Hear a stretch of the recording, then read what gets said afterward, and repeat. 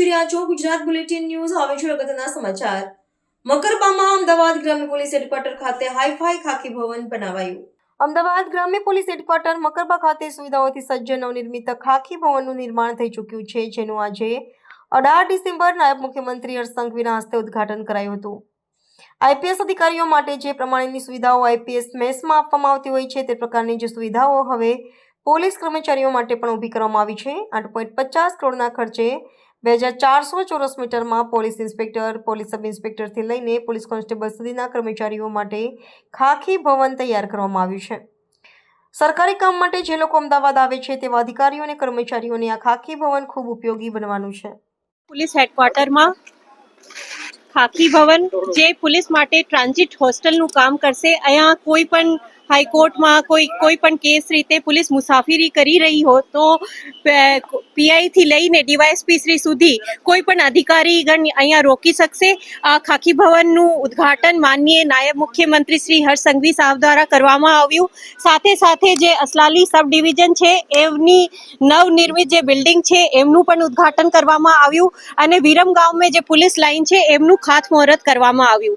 સાથે સાથે અમદાવાદ ગ્રામ્ય પોલીસ દ્વારા ટેકનોલોજી આધારિત ઘણા બધા નવા અભિગમ સ્ટાર્ટ કરવામાં આવ્યા છે, જેમાંથી એક એડીઆર શિલ્ડ છે, જેમાં લેબર રજિસ્ટ્રેશન લગભગ 1 લાખથી વધુ લેબર્સનું રજિસ્ટ્રેશન આમાં થયું છે.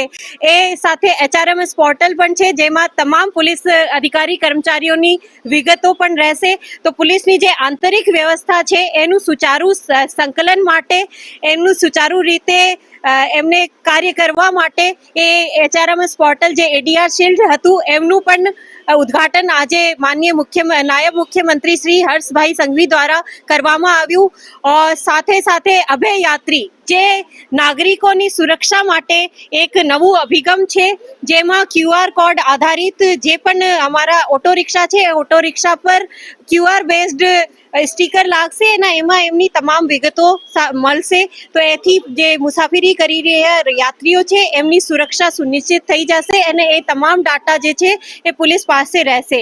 આ સાથે જે અમારે દ્વારા વિવિધ જે કામગીરી અમદાવાદ ગ્રામ્ય પોલીસ દ્વારા કરવામાં આવી રહી છે, એમના સ્ટોલ પણ બનાવવામાં આવ્યા હતા અને એમના જે મુખ્ય જે વસ્તુ હતી એમાં સાણંદ જીઆઈડીસી અને ધોલેરા પોલીસ સ્ટેશન જે સ્માર્ટ પોલીસ સ્ટેશન તરીકે ગવર્મેન્ટ દ્વારા જાહેર કરવામાં આવ્યા છે.